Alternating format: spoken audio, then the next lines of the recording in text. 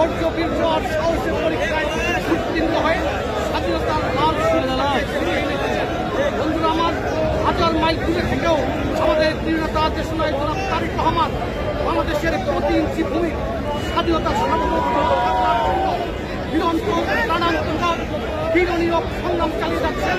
আগামী দিনে বাংলাদেশের মানুষকে ঐক্যবদ্ধ করে এই সংগ্রাম চলতেই থাকবে। আমরা যে কোনো শান্তিপূর্ণ কর্মসূচিকে সাধুবাদ জানাই। আজকে আপনাদের 3টা অঙ্গ সংগঠনের যে কর্মসূচি, শান্তিপূর্ণ কর্মসূচি, আমরা আপনাদের এই কর্মসূচিকে আমরা আইন শৃঙ্খলা রক্ষাকারী বাহিনীর পক্ষ থেকে সাধুবাদ জানাই।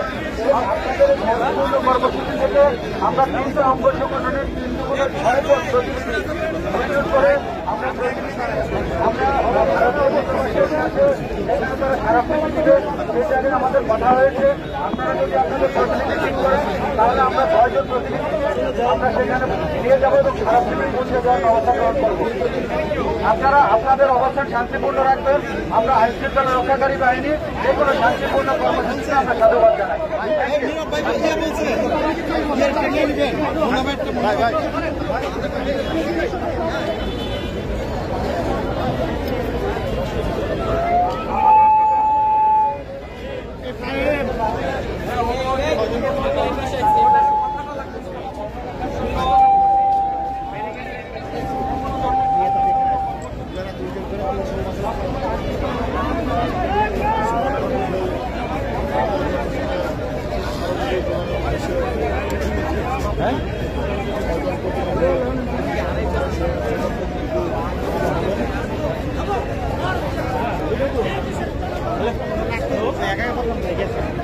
নান্নু এদিকটা বের হবে ভিডিও নিয়ে।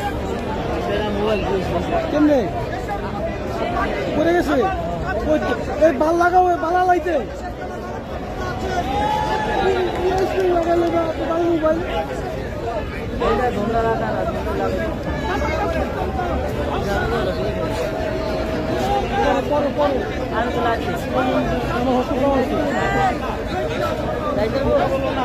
ছয়জন যাবেন, ছয়জন।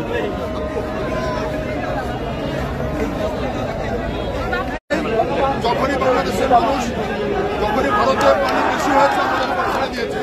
আমরা ভারতের হাইকমিশনের হামলা আমাদের কথা অবমাননার প্রতিবাদ জানাতে এসেছি শান্তিপূর্ণভাবে।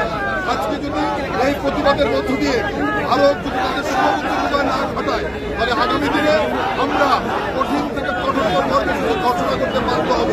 ধন্যবাদ।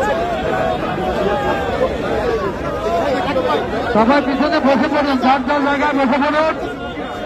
আপনারা যার যার জায়গায় বসে পড়ুন।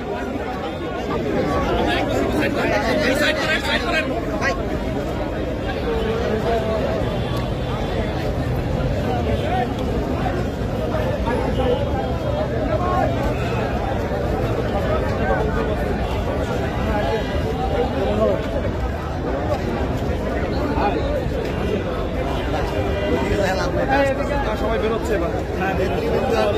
সবাই